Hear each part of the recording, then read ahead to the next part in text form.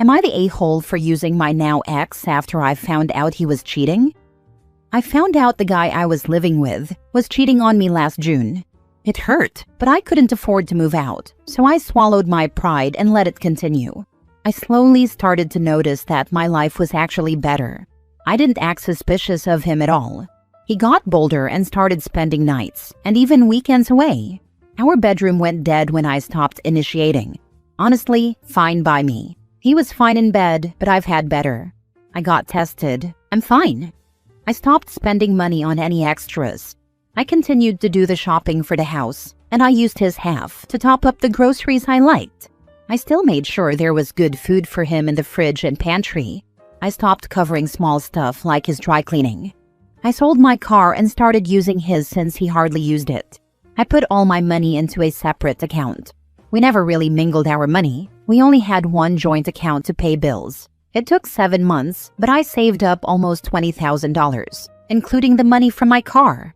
He talked to me just after the new year about the lease in March. I was honest and told him that I was leaving him, but that I would stay until March as a roommate if it would help him out. He got very upset and said I blindsided him. I said it should be easy for him to find a roommate for our apartment. It is pretty cheap and well located in our city. He said that he wanted me out at the end of January and that he would pay February by himself if I let him keep the damage deposit. I agreed. I moved in with my sister temporarily. He also asked for his car keys back. His side piece moved in almost immediately. Whatever. I ran into them at the farmer's market where I work on the weekends. I introduced myself to her and said she must be Maggie. He asked how I knew her name. I was honest and said I had known about her for 6 months or so. Now I'm hearing from a few mutuals that I embarrassed him and threw a wrench in their relationship. He had been telling her we were just roommates and that I was uncomfortable with him bringing women into the apartment. That is abso-freaking-lutely true. I would have been very uncomfortable. Anyway, he started doing the math and figured out how I funded my exit. He said if I knew, I should have confronted him so we could have ended things last year.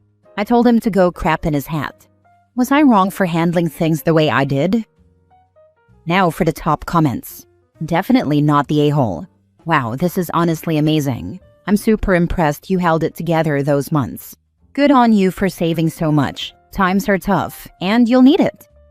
My poor car was the hardest part, but when I get my own place, I will make sure it's close to transit. My sister is okay with me being here because I'm helping with the kids and housework. She and my brother-in-law actually managed to get away for a weekend. Not the a-hole. You played it exactly how you were supposed to. Very strategic. He's just mad he was 5 steps behind you when he thought he was 2 steps ahead. Cheaters never prosper. Not even strategic in a sly way, but absolutely reasonable. He did the dirt. Why should you have to put yourself out financially by immediately ending the relationship at the time he cheated? That's going to cost you a huge amount in upheaval to your life. He thinks you should have shouldered that cost based on idiot logic. He believes he should be immune to the consequences of his actions and believes everyone else should be put out instead. I would watch the heck out of the movie version of this post. I did better. I actually moved out and was in a new place, had a new phone number, and left the proof on the counter. He was blocked and blindsided, and I cared not one bit. It was funny. I never confront. I just plan my exit. The most amazing part is he truly believed I was getting rid of stuff to be more minimalist. The day I left, I just had to pack up my clothes, and I was gone by the time he got back from work. Next story. Am I the a-hole for refusing to pay off my pregnant fiancé's parents' mortgage when they are under the threat of foreclosure, when I could easily afford to do so? About 2 years ago, I, 31 male, met my fiancé, 26 female. We have a baby on the way. The due date is in May. I also have a 10-year-old son from a previous relationship. I am a professional musician. My band has a sizable local/regional following. I also privately teach different instruments, mostly to children, and do music production for some significantly bigger musicians and bands. About 3 weeks ago, my fiancé got a call from her mother. My fiancé is the oldest of 3, and her younger siblings are in college. Her mom informed her that they had received a letter stating that the acceleration clause was being invoked on their mortgage due to months of non-payment, and that if they do not pay it off by late February, the house will be foreclosed on. The house had belonged to my fiancé's grandmother before it was inherited by my fiancé's parents about 15 years ago when her grandmother died. The house was paid off, but they took out a mortgage on it because they needed the money. My fiancé lived in the house from the time she was 2 years old. My fiancé has asked me to use my savings to pay off the house. It would be about 15% of my savings to do so. I have a sizable amount of savings. Despite my parents not wanting me to go into music, or at least wanting me to wait until I graduated college, I went into the music industry full-time from the time I graduated high school. It has largely worked out for me. However, knowing the ebbs and flows of the industry, and especially with having a kid so young, I have been very vigilant about saving. Having a substantial savings account is important to me because of my kids. I have one on the way, and potentially want a third.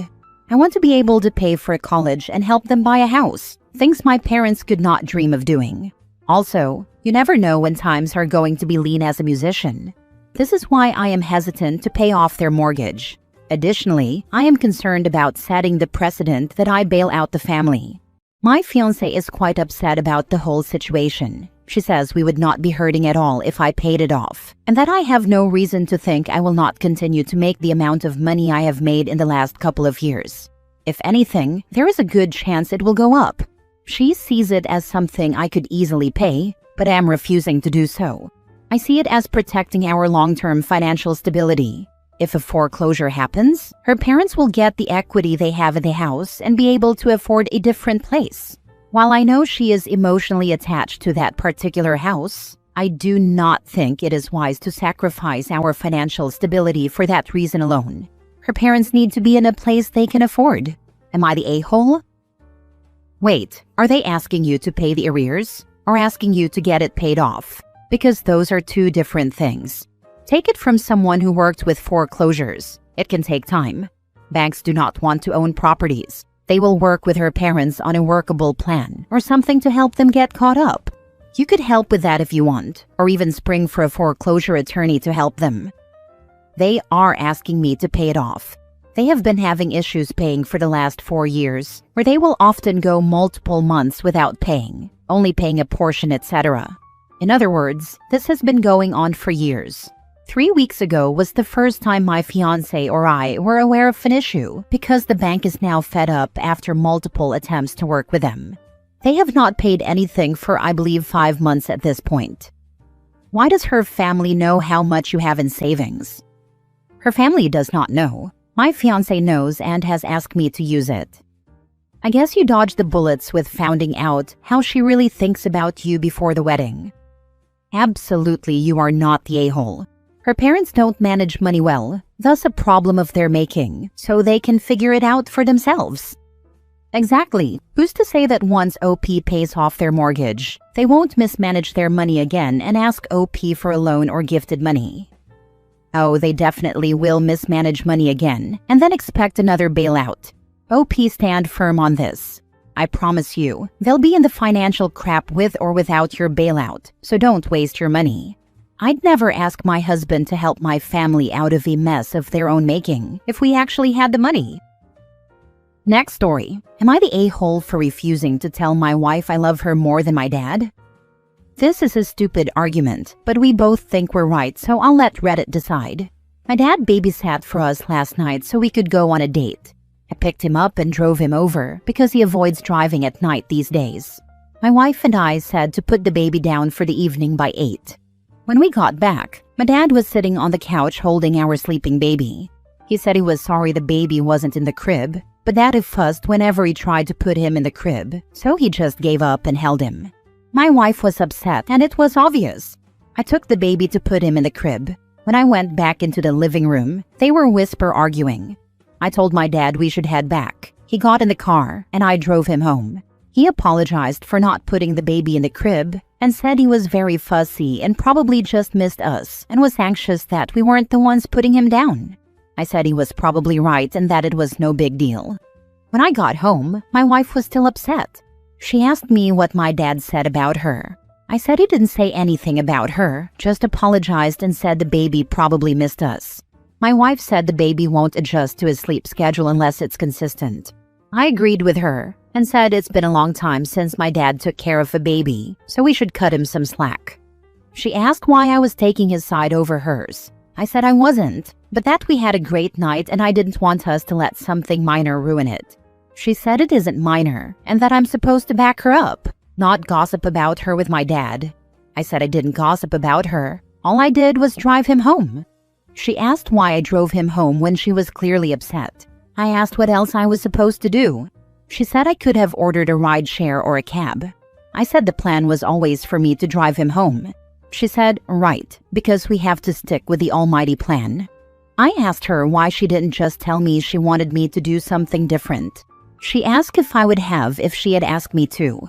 I said I wasn't sure because of the cost and time delay. She said, exactly.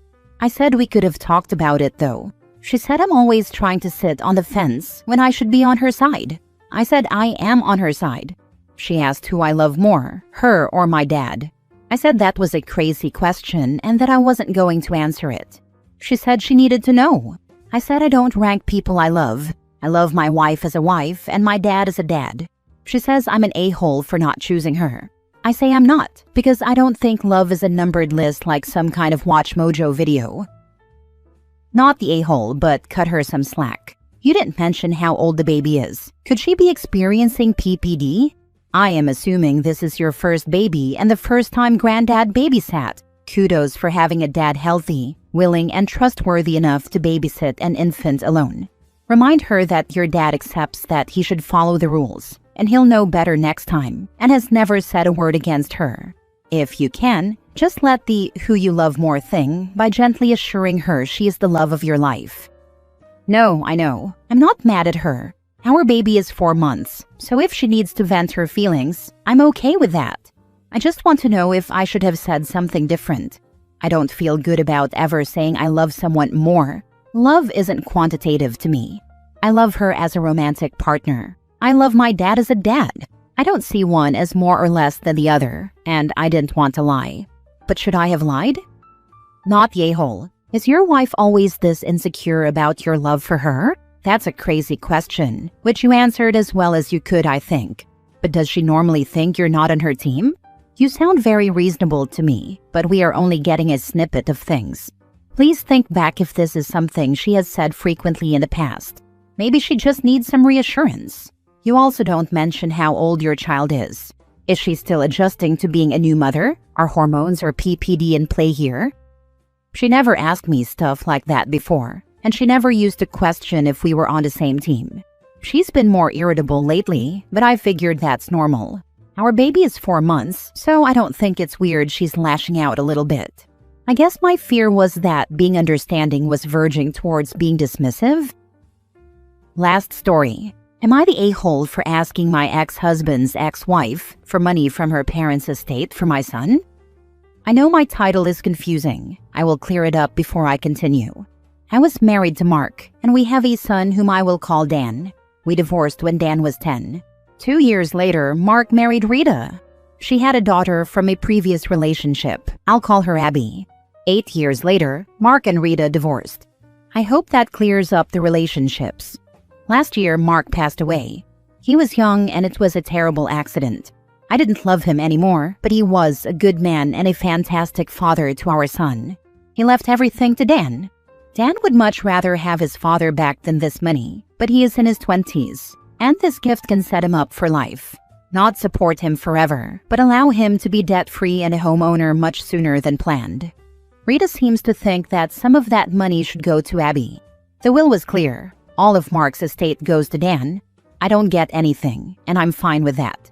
We divorced amicably, and I was satisfied with our division of assets. I have also remarried, and my husband and I are comfortable. Rita says that because Mark was a father figure to Abby, she should have received money as well. The will is ironclad. Neither Rita nor Abby gets anything. Abby's father is in the picture, paid child support, and is an active part of her life. Rita received money when her parents passed away. She also got money when she divorced Mark. I asked to meet with Rita to settle this without lawyers. I said that she needed to give Dan some of the money she got from her parents.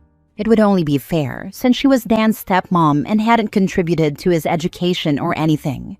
She said I was being ridiculous and that it wasn't the same. I said she was asking for money for a child who wasn't blood related to Mark, and I was asking for money for a child who wasn't blood related to her. It was exactly the same. She says I'm being an a-hole and that my view of the situation is stupid. She thinks that, even though Mark's will is legal and clear, morally Dan should share with Abby. I just repeated that, morally. She should give Dan money, since she has financially supported Abby. I hope that was clear enough so you guys can say whether I am right or not. Why are you two even talking? I'm trying to keep her away from my kid. He's an adult. Is there any reason he needs your help here? Has he asked for it? She was in his life for 8 years. She knows how to manipulate him. And yes, he asked me to help. My very first suggestion was for him to get a lawyer. To settle it, so lawyers. Settle what? There is literally nothing to discuss here. If your son is the over 18 beneficiary, it isn't even a bone she can pick with you. You have no say here. It would be Dan's decision. No is a complete sentence. I know, but she is getting aggressive. Not the a-hole, but stop the communication. Seriously.